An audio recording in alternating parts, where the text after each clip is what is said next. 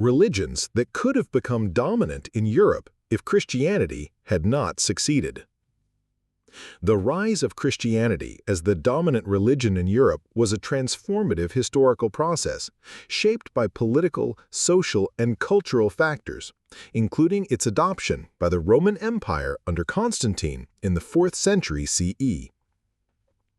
However, if Christianity had not achieved such widespread success, other religious traditions present in or around Europe during antiquity could have risen to prominence. This film explores the most likely candidates: Mithraism, Greco-Roman paganism, Manichaeism, and Germanic paganism, and their potential to become the dominant European religion. Mithraism, the mystery religion of the Roman Empire. Mithraism, a mystery religion centered on the god Mithras, was a strong contender in the Roman Empire during the 1st to 4th century CE. Popular among soldiers, merchants, and elites, Mithraism emphasized loyalty, courage, and cosmic order. Its secretive rituals, conducted in underground temples, and its appeal to the Roman military gave it significant influence. Potential for dominance? Mithraism's structured hierarchy and appeal to the empire's power structures could have made it a unifying force, especially if a Roman emperor had championed it as Constantine did for Christianity. Its emphasis on salvation and a cosmic battle between good and evil shared similarities with Christianity, making it relatable to the spiritual needs of the time. Challenges: Mithraism's exclusivity, primarily to men, and its lack of centralized doctrine or public appeal limited its reach compared to Christianity's inclusive message. Without significant reform, it might have struggled to unify diverse populations. Greco-Roman paganism, the established tradition. Greco-Roman paganism, encompassing the worship of gods like Zeus, Jupiter, Athena, and Apollo, was the dominant religious framework of the Mediterranean world before Christianity.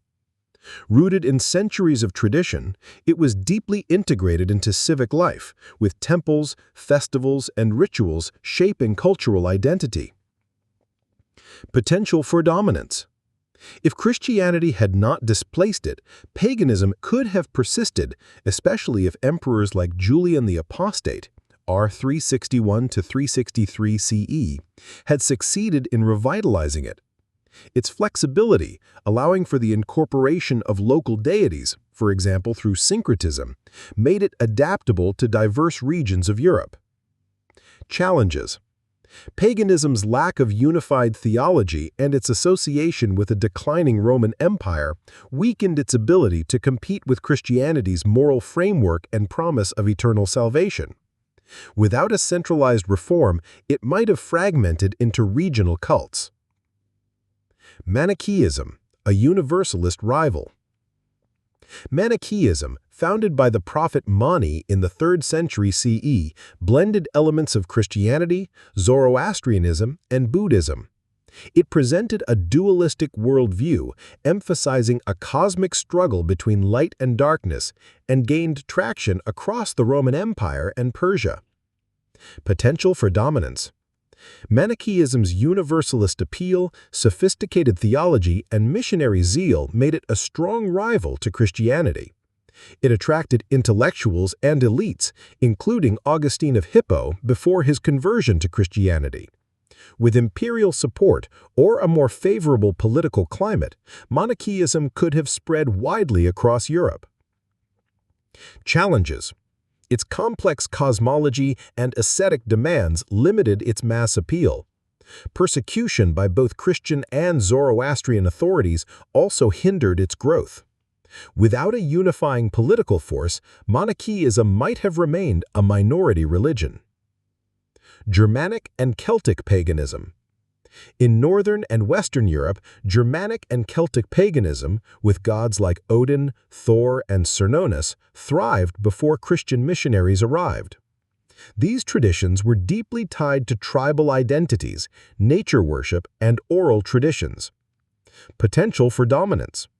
If Christianity had not spread northward, Germanic and Celtic paganism could have solidified as regional religions, potentially uniting under a shared pantheon or charismatic leader. The Viking Age, 8th to 11th century CE, demonstrated the resilience of Norse paganism, which could have spread further with political consolidation. Challenges. These traditions lacked written scriptures and centralized organization, making them vulnerable to fragmentation. Their localized nature also hindered their ability to compete with a universalist religion like Christianity, which offered a cohesive worldview. Factors shaping dominance.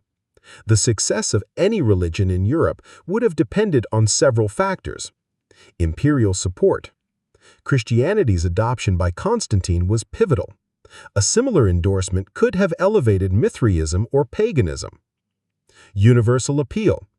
Christianity's inclusive message and promise of salvation attracted diverse groups. Manichaeism and Mithraism had similar potential but faced structural limitations. Cultural adaptability. Syncretism, as seen in Greco-Roman paganism, allowed religions to absorb local traditions, a key factor in Christianity's spread. Conclusion.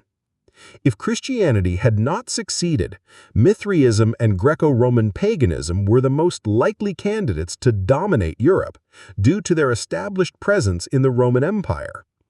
Manichaeism's universalist appeal made it a strong contender, while Germanic and Celtic paganism could have prevailed in Northern Europe.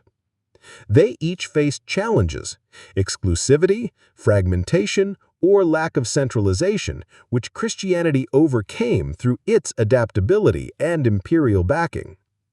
The shape of European culture, art, and politics would have been profoundly different, reflecting the distinct values and practices of these alternative faiths.